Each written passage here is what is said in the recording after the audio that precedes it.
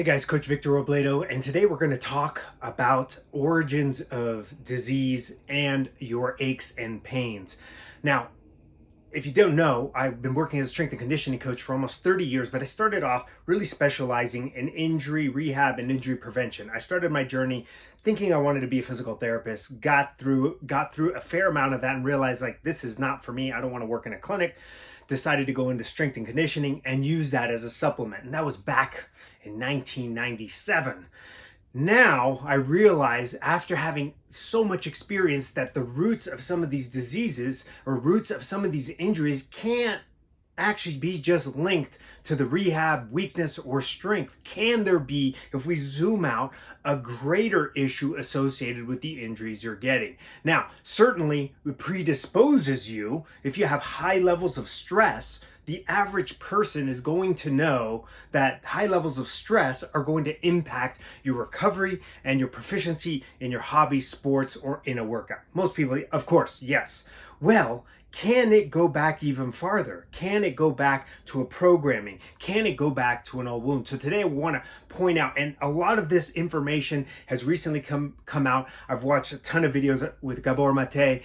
I saw him on the JRE and he really blew my mind because he connected more dots in a way that's going to hopefully speak to you to realize like, look, attack it from this side. Yes, we need strength and conditioning.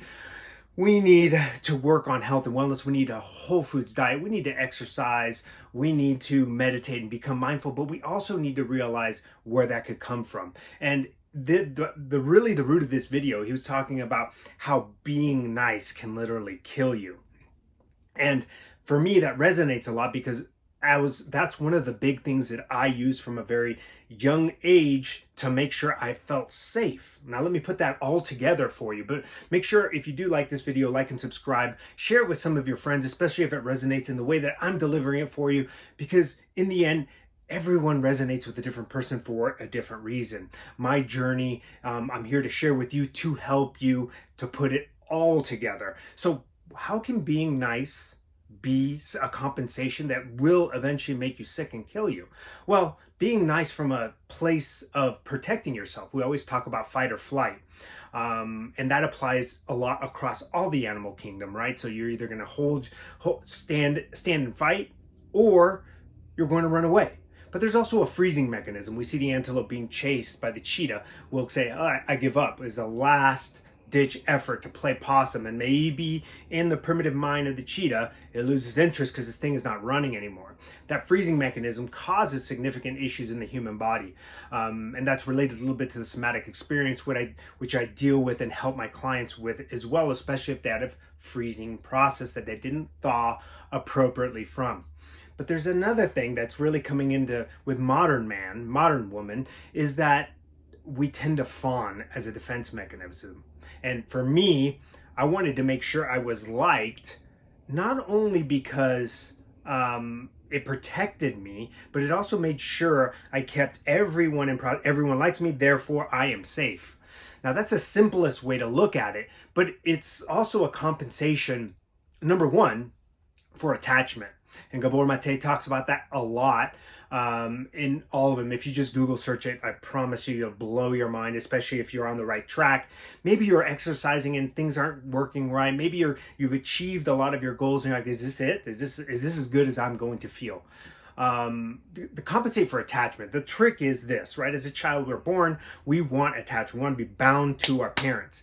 But if for some reason they're in a stress state, then your adaptation in your brain is going to create something to make you feel, to get that attention or to potentially decrease the stress. And because of that, you lose a little bit of who you are and your authentic self, because now you're in this fight or flight or freeze or fawn level. And what that generally causes is a level of letting go of who you are and what you need. And I'll say that again, that allows you, that becomes a problem because you let go of who you are and what you need to thrive. And that is the beginnings of setting in injuries or chronic disease. And this is why you can get into these situations where someone passes at a young age and they were so nice, they were so amazing. Yeah, there's probably a compensation that they continue to use to forego the self. right? And we have to make sure we address that in health and wellness. And no one really wants to talk about that. They want to go take us up, exercise, go to the doctor, take care of yourself, but no one wants to talk about that dark. They don't want to open Pandora's box. I highly recommend you do. So you need to work on figuring out who the authentic self is when you are having these injuries. That, especially, I got to a point working with people that I couldn't figure out, like, I've done everything for your back and I'm really good at this. Let's look a little deeper. What else could be going on? Who that authentic self is. And the last thing I want to talk about is, like, I've had clients for many, many years, and even including myself, I downplayed what my trauma, whatever my trauma was. And I always talk about big T trauma and little t trauma in the scope of a human being. Don't downplay whatever happened to you just because you know people have gone through more. Everyone's soul is uniquely different, and how you're going to adapt to that stress is valuable, because that lays this beginning programming in your brain that tends to run until you take action, like, ooh, I need to stop that action.